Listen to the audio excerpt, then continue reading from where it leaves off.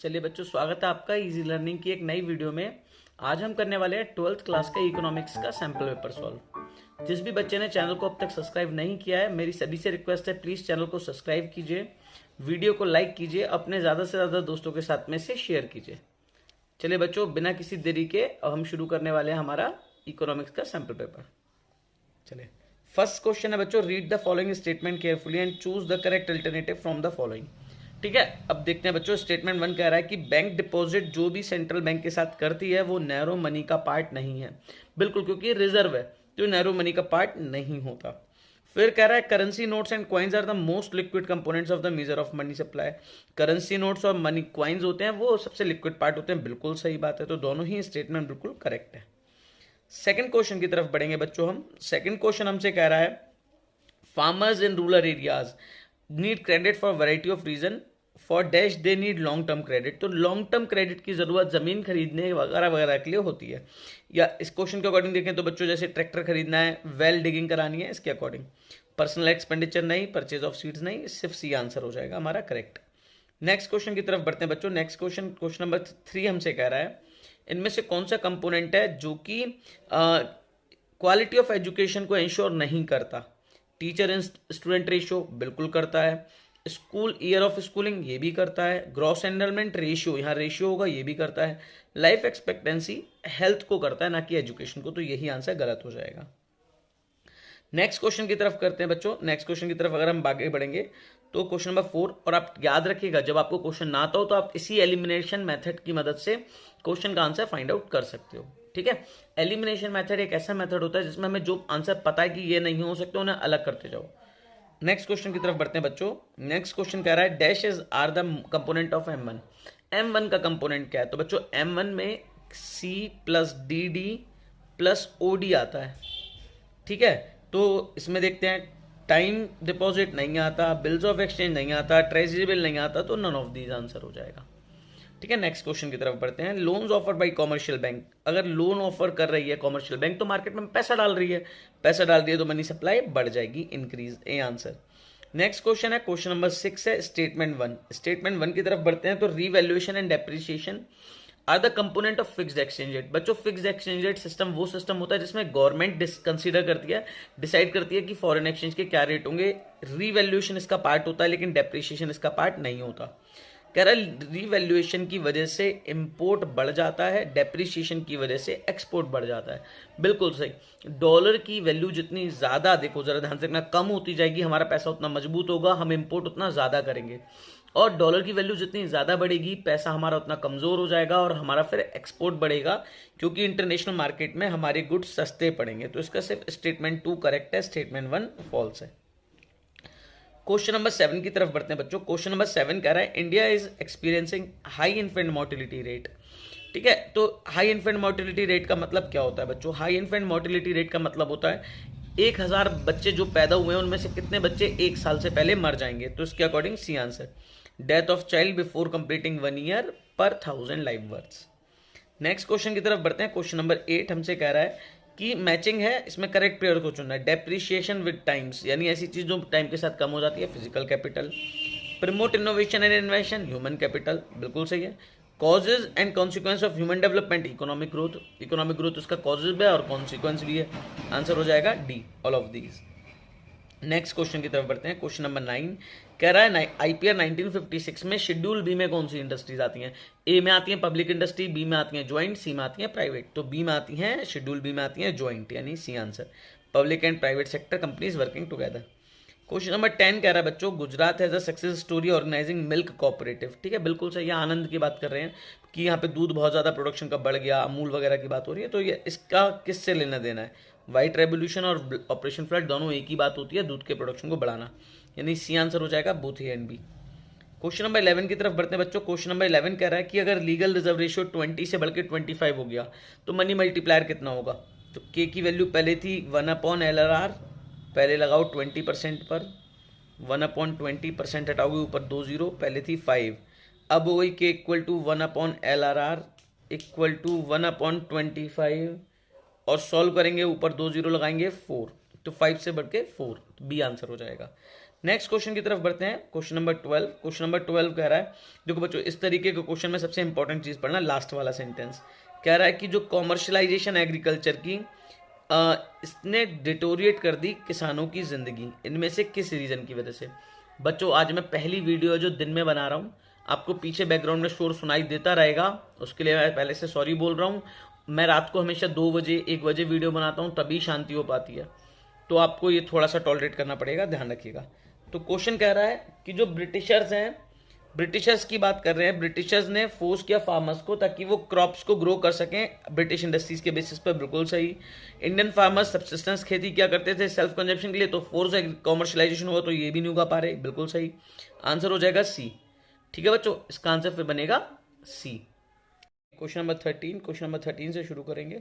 Question number 13 हमसे कह रहा है the commission of agriculture cost and price setup was in year. जो एग्रीकल्चर कमीशन थी, मतलब जो कमीशन थी एग्रीकल्चर के कॉस्ट और प्राइसेस को लेकर, वो 1965 में एस्टेब्लिश की गई थी ताकि नेक्स्ट 5 ईयर प्लान में प्राइस स्टेबिलिटी को मेंटेन किया जा सके। नेक्स्ट क्वेश्चन की तरफ बढ़ते हैं। ब्रिटेन वुड सिस्टम जो कि था, ये फॉरेन करेंसी को पैक किस में कर देता था, तो ब्रिटेन वुड सिस्टम इसलिए लागू किया गया था ताकि दुनिया की मोस्ट एक्सेप्टेबल करेंसी डॉलर बनाई जा सके, यूएस डॉलर।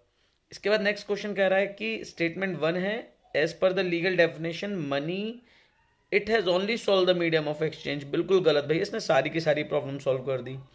फिर कह रहे हैं in the process of evaluation of money all the limitation of barter system was removed, बिल्कुल सही। B answer statement 2 is correct, 1 is incorrect. Next question है महात्मा गांधी यानी मगनरेगा, ठीक है, मगनरेगा है वो किसके साथ में जुड़ी हुई है, कौन से फंडामेंटल राइट, तो राइट टू वर्क के साथ जुड़ी हुई है। नेक्स्ट क्वेश्चन है 17th क्वेश्चन पे जाते हैं। As per occupational structure during colonial rule maximum population was engaged in agriculture sector. Next question पे जाते हैं बच्चों, क्वेश्चन नंबर 18 है, statement number 1 SAIL is public sector undertaking of government which received a badge of Maharatna company, बिल्कुल सही statement है। Cell एक Maharatna company है। कह रहा है कि एक पॉलिसी जो कि नवरत्ना को दी गई वो इसलिए था ताकि सरकारी सेक्टर की प्रोडक्टिविटी और कॉम्पिटिटिवनेस को बढ़ाया जाए, तो दोनों ही स्टेटमेंट बिल्कुल करेक्ट है। नेक्स्ट क्वेश्चन पे जाते हैं। कह रहा है कि 2020 में लोगों को अनाज दाल वगैरह गरीब लोगों को प्रोवाइड किया गया, किस स्कीम के अंदर था, तो नरेंद्र मोदी जी ने कोविड टाइम पर ये शुरू की थी, नाम था प्रधानमंत्री गरीब कल्याण अन्न योजना। नेक्स्ट क्वेश्चन की तरफ बढ़ते हैं। Under flexible exchange rate system price of foreign currency, last line पे पहुंचते हैं, ठीक है। कह रहा है कि जो डिटरमाइन करती है मार्केट फोर्सेज और मार्केट डिमांड, ठीक है। कह रहा है कि इनमें से किस सिचुएशन में जो कौन सी पॉलिसी है वो इंडिपेंडेंट रहती है एक्सचेंज रेट से। बच्चों देखो, अगर फॉरेन एक्सचेंज रेट बढ़ेंगे या घटेंगे, इससे हमारे एक्सपोर्ट और इंपोर्ट पर असर पड़ता है, जिसकी वजह से सरकार यानी गवर्नमेंट अपनी फिस्कल पॉलिसीज में टैक्स रेट को बढ़ाने या घटाने का काम करती है, कस्टम ड्यूटी एक्साइज ड्यूटी को। लेकिन मॉनेटरी पॉलिसीज यानी आरबीआई को इस बात से कोई फर्क नहीं पड़ता, वो अपनी ना तो क्वांटिटेटिव ना क्वालिटेटिव किसी पॉलिसी में कोई चेंज नहीं करती, तो इंडिपेंडेंट होती है मॉनेटरी पॉलिसी।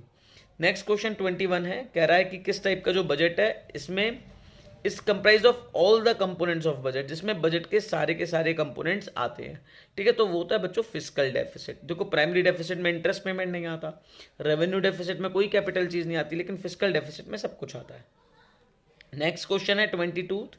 कह रहा है स्टेटमेंट 1 कह रहा है कि poor revenue utilization is one of the major cause of fiscal deficit in country. बिल्कुल, हमारे देश में जो कम रेवेन्यू यूटिलाइजेशन हो रहा है ये बहुत बड़ी दिक्कत है, जिसकी वजह से फिस्कल डेफिसिट हो जाता है। कह रहा है reducing unplanned expenditures reduce the burden on future generation. अगर हम अनप्लान्ड एक्सपेंडिचर को कम कर देंगे तो फ्यूचर जनरेशन के ऊपर बर्डन थोड़ा सा कम पड़ेगा, ये भी स्टेटमेंट बिल्कुल करेक्ट है, तो दोनों स्टेटमेंट करेक्ट है। क्वेश्चन नंबर 23 की तरफ जाते हैं कि क्वेश्चन नंबर 23 में कह रहा है जो सरकार के बजट का ऑब्जेक्टिव होता है वो सिर्फ बैलेंस मेंटेन नहीं करता, इसके अलावा वो ये भी ध्यान रखते हैं कि इकोनॉमिक ग्रोथ और डेवलपमेंट हो सके, इसलिए सरकार हैवी टैक्सेस लगा देती है कुछ चीज़ों पे, जैसे शराब सिगरेट वगैरह हो गई। ये सरकार के किस चीज़ के उसको ऑब्जेक्टिव को फुलफिल कर रहा है, तो ये सोशल वेलफेयर को फुलफिल कर रहा है। नेक्स्ट क्वेश्चन है रेवेन्यू डेफिसिट को कैसे रिकवर किया जा सकता है। अगर बजट घाटे में है तो हम अपने खर्चे कम कर सकते हैं, हम उधार ले सकते हैं, हम अपनी सरकार अपनी पीएसयूज को बेच सकती है, इसका मतलब आंसर हो जाएगा ऑल ऑफ द एबव। बच्चों सेक्शन ए कंप्लीट हुआ। अगर आपको वीडियो अच्छी लग रही है प्लीज उसे लाइक कीजिए, चैनल को सब्सक्राइब कीजिए, बेल नोटिफिकेशन की को प्रेस कर दीजिए ताकि आपको नेक्स्ट वीडियो का नोटिफिकेशन टाइमली मिल सके। नेक्स्ट सेक्शन की तरफ बढ़ते हैं बच्चों, क्वेश्चन नंबर 25 की तरफ बढ़ते हैं। स्टेटमेंट 1 कह रहा है कि इकोनॉमिक स्टेबिलिटी है, इससे फॉरेन इन्वेस्टमेंट बढ़ जाता है। बिल्कुल सही बात है, जो देश जितना ज्यादा इकोनॉमिकल स्टेबल होगा वहां उतने ज्यादा इन्वेस्टर्स आना चाहेंगे। तो स्टेटमेंट 1 बिल्कुल करेक्ट है। स्टेटमेंट 2 कह रहा है कि पब्लिक एक्सपेंडिचर इसमें एक इंपॉर्टेंट रोल प्ले करती है रिसेशन के समय पर। हाँ, जब मंदी का दौर होता है तो सरकार ज्यादा एक्सपेंडिचर करती है, बिल्कुल सही है। तो दोनों स्टेटमेंट करेक्ट है। 26 पे जाते हैं। क्वेश्चन नंबर 26 कह रहा है, असर्शन है इंडिया में जो गवर्नमेंट है वो हायर इंसिडेंस लगाती है टैक्स का कम इनकम वाले लोगों पर, और कम इंसिडेंस लगाती है ज्यादा लोगों पर। ऐसा बिल्कुल नहीं होता। प्रोग्रेसिव टैक्स में जिनकी इनकम ज्यादा उन पर टैक्स ज्यादा, जिनकी इनकम कम उन पर टैक्स कम। तो इसका मतलब असर्शन गलत है, तो रीजनिंग ब्लाइंडली करेक्ट होगी। ठीक है, इसका मतलब assertion is false, reasoning is true. Next question की तरफ बढ़ते हैं। नेक्स्ट क्वेश्चन कह रहा है हमसे कि increase in price of foreign exchange leads to, foreign exchange के प्राइस बढ़ जाएंगे तो फॉरेन एक्सचेंज की डिमांड क्या होगी। बच्चों फॉरेन एक्सचेंज से मत मान के चलो, ऐसे मान के चलते हैं, सपोज करो आम महंगा हो गया तो आम आप ज्यादा खरीदोगे या कम, कम खरीदोगे तो डिमांड कम हो जाएगी, इसका मतलब डिक्रीज हो जाएगा, बी। नेक्स्ट क्वेश्चन पे जाते हैं। Statement 1, informal sector credit has been completely remove from the rural sector. ऐसा नहीं है, हमारे यहाँ आज भी इनफॉर्मल सेक्टर प्रेजेंट है, तो स्टेटमेंट 1 गलत है। There are proper terms in of trade in formal sector lending, बिल्कुल सही। जो भी हम यहाँ पे क्रेडिट देते हैं, ये क्रेडिट होना चाहिए था यहाँ पर, टर्म्स ऑफ क्रेडिट वो प्रॉपर होता है, ठीक है, इनफॉर्मल सेक्टर में। तो स्टेटमेंट 2 करेक्ट है, बी आंसर। अगला क्वेश्चन है 29th क्वेश्चन कह रहा है कि India opted for a mixed economic structure during the initial phase of economic reforms. जब इकोनॉमिक रिफॉर्म लागू किए गए तो उस समय पर हमारे देश ने क्या करा, मिक्स्ड इकोनॉमी को अपनाया। लेकिन हमारी जो पॉलिसीज थी वो गरीबों को अनाज देने की, उन्हें प्रोटेक्ट करने, एक सोशल वेलफेयर को बढ़ाने की थी। इसका मतलब हमने सोशलिस्ट टाइप की इकोनॉमी के पॉलिसीज को अपना रखा था। नेक्स्ट क्वेश्चन की तरफ बढ़ते हैं। असर्शन कह रहा है सेंट्रल बैंक एक सोल अथॉरिटी है जो मनी सप्लाई को कंट्रोल कर सकती है, बिल्कुल सही बात। कह रहा है जब एक सिंगल अथॉरिटी कंट्रोल करती है इशू ऑफ करेंसी को तो इससे एक अनयूनिफॉर्मिटी आ जाती है सिस्टम में, यूनिफॉर्मिटी आ जाती है, बिल्कुल सही बात है। और दोनों बिल्कुल करेक्ट एक्सप्लेनेशन भी है, इसका मतलब इसका आंसर हो जाएगा ए। ठीक है बच्चों, इसका हम आंसर लगाएंगे, ए आंसर होगा हमारा। चलिए नेक्स्ट क्वेश्चन की तरफ बढ़ते हैं बच्चों। इसके बाद नेक्स्ट क्वेश्चन हमसे कह रहा है बीओटी के बारे में। देखिए बीओटी पे आते हैं। कह रहा है बैलेंस ऑफ ट्रेड कितने का है, 500 का घाटे में है, और इम्पोर्ट है 3000। तो BOT is equals to export minus import, ये माइनस का 500 इक्वल टू एक्सपोर्ट माइनस का इम्पोर्ट की वैल्यू 3000, ये उधर जाएगा तो माइनस के 500 प्लस का 3000 इक्वल टू एक्सपोर्ट। सॉल्व करेंगे आंसर आ जाएगा 2500 एक्सपोर्ट की वैल्यू।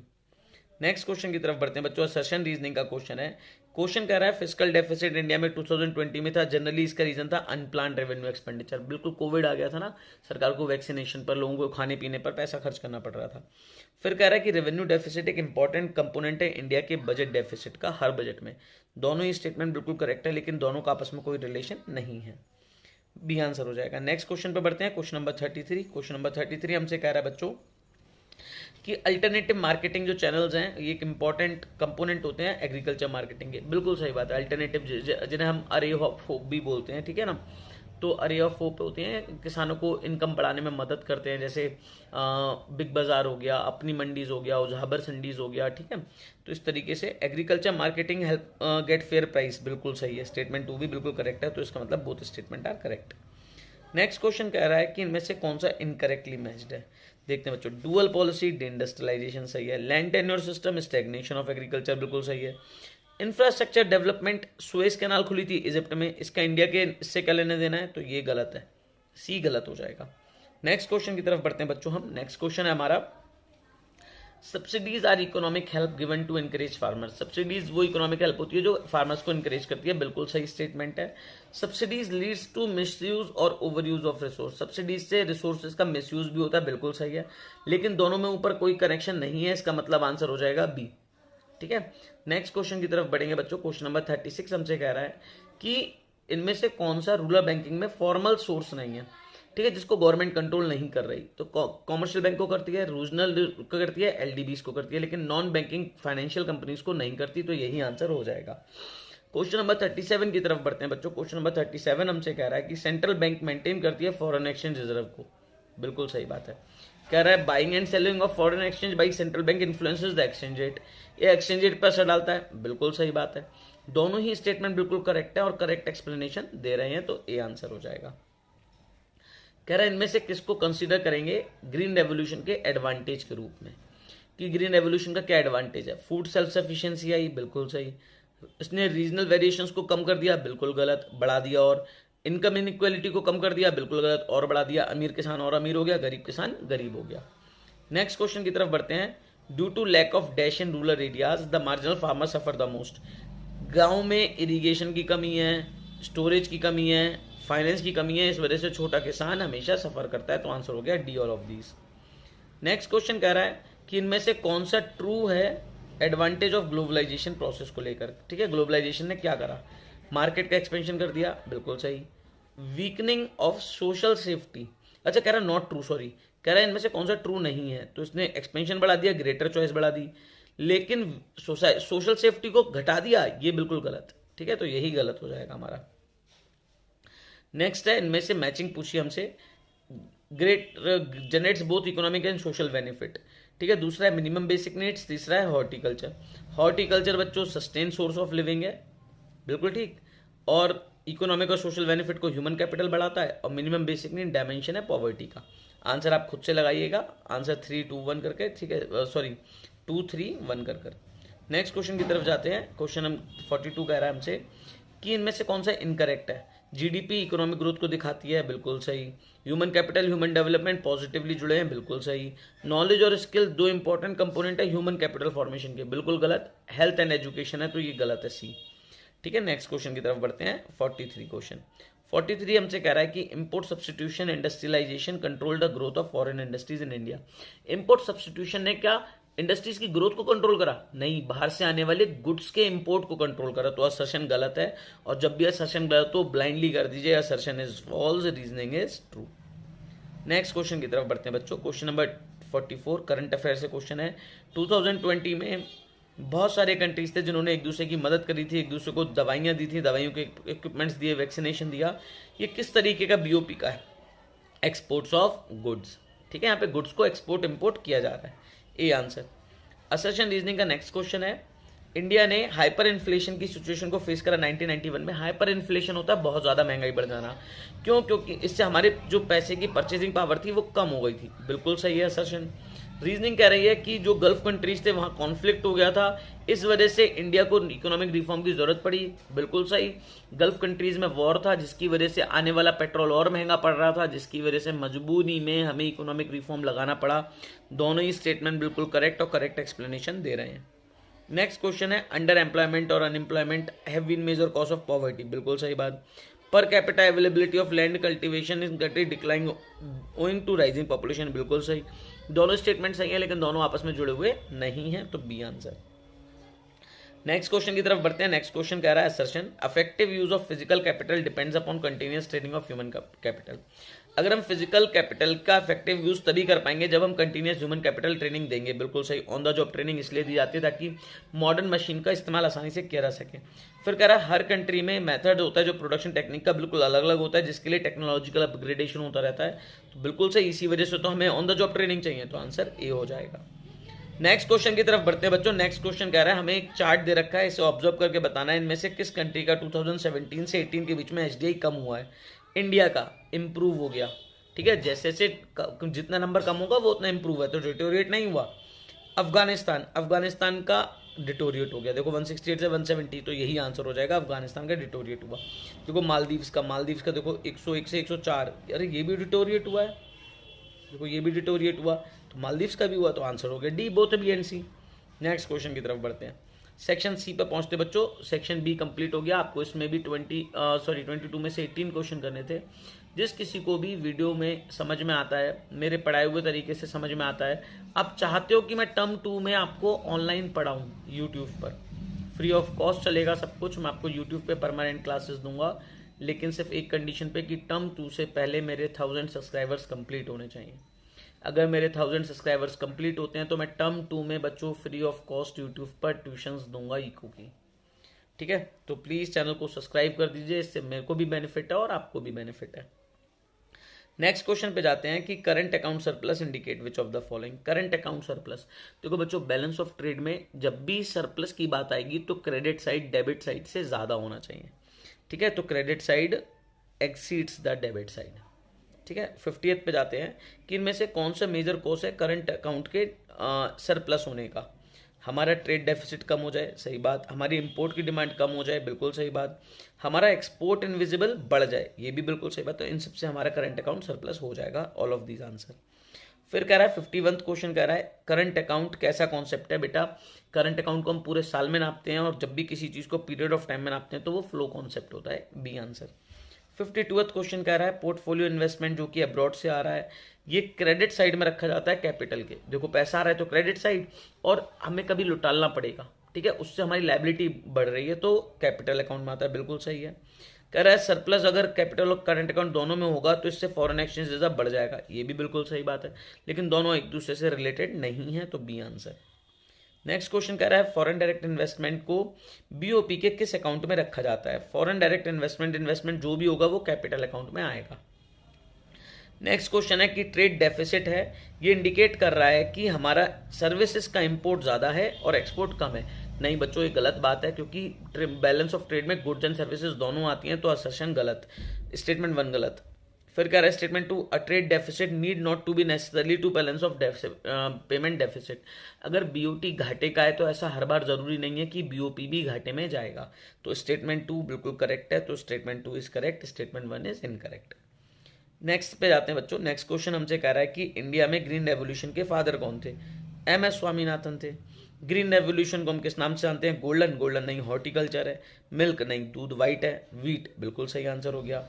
57th क्वेश्चन पे जाते हैं कि कह रहा है ग्रीन रेवोल्यूशन ने जो हमारे यहाँ पे इनकम लेवल है बड़े और छोटे किसानों को इसको बढ़ा दिया, बिल्कुल सही। अमीरों की इनकम और बढ़ गई, गरीबों की इनकम वहीं रह गई।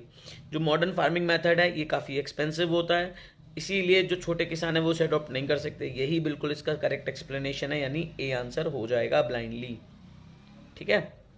नेक्स्ट क्वेश्चन की तरफ बढ़ेंगे बच्चों। 58 स्टेटमेंट 1 कह रहा है हमसे, स्टेटमेंट 1 का कहना है modern farming method requires use more of ground water. देखो बेटा, मॉडर्न फार्मिंग में हम ज़्यादा पानी का इस्तेमाल करते हैं कंपेरेटिवली, बिल्कुल सही बात है, ट्रेडिशनल मेथड के कंपेरेटिवली। कह रहा है ग्रीन रेवोल्यूशन में ट्रेडिशनल नॉलेज चाहिए और प्रैक्टिस चाहिए, ये बात बिल्कुल गलत है। ग्रीन रेवोल्यूशन में तो मॉडर्न नॉलेज चाहिए, तो statement 1 is correct, 2 is incorrect, A answer. 59th question कह रहा है कि इनमें से कौन सी बॉडी एपेक्स बॉडी है रूरल रीजन में। रूरल रीजन में पापा बैंक कहते हैं नाबार्ड को, तो डी आंसर हो जाएगा। पापा बैंक मतलब एपेक्स पर, ठीक है, सबसे ऊपर लेवल पर नाबार्ड है। 60th क्वेश्चन कह रहा है कि ग्रीन रेवोल्यूशन किस चीज से जुड़ा हुआ है, मतलब कौन से सेट ऑफ एग्रीकल्चर रिफॉर्म से जुड़ा है। तो बेटा लैंड रिफॉर्म्स, इंस्टीट्यूशनल रिफॉर्म्स और देन थर्ड ग्रीन रेवोल्यूशन, ठीक है। तो इस तरीके से बच्चों हमारा सैंपल पेपर कंप्लीट हुआ। अगर आपको चैनल में मेरे चैनल पर नया कुछ सीखने को मिला, वीडियो इंटरेस्टिंग लगी, प्लीज़ चैनल को सब्सक्राइब कर दीजिए, ज़्यादा से ज़्यादा दोस्तों के साथ शेयर कर दीजिए। मिलते हैं बच्चों नेक्स्ट पार्ट में।